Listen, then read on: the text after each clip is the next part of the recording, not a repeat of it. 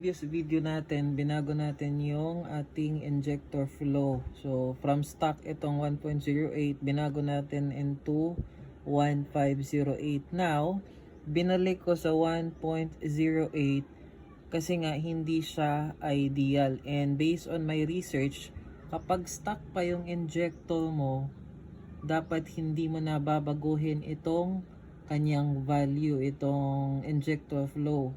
Kasi kung stuck yung injector mo tapos tinaasan mo yung value dito, basically, mababago yung pulse width. Ito yung pag-open ng injector, time na naka-open yung injector.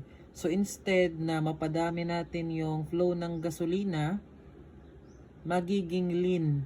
Pero kapag nagpalit kayo ng malaking injector, so ideal na dagdagan nyo tong value. Pero yun nga, kapag stuck lang yung injector ninyo, wag nyo nang pakialaman to. So sa akin, binalik ko na sa 1.408.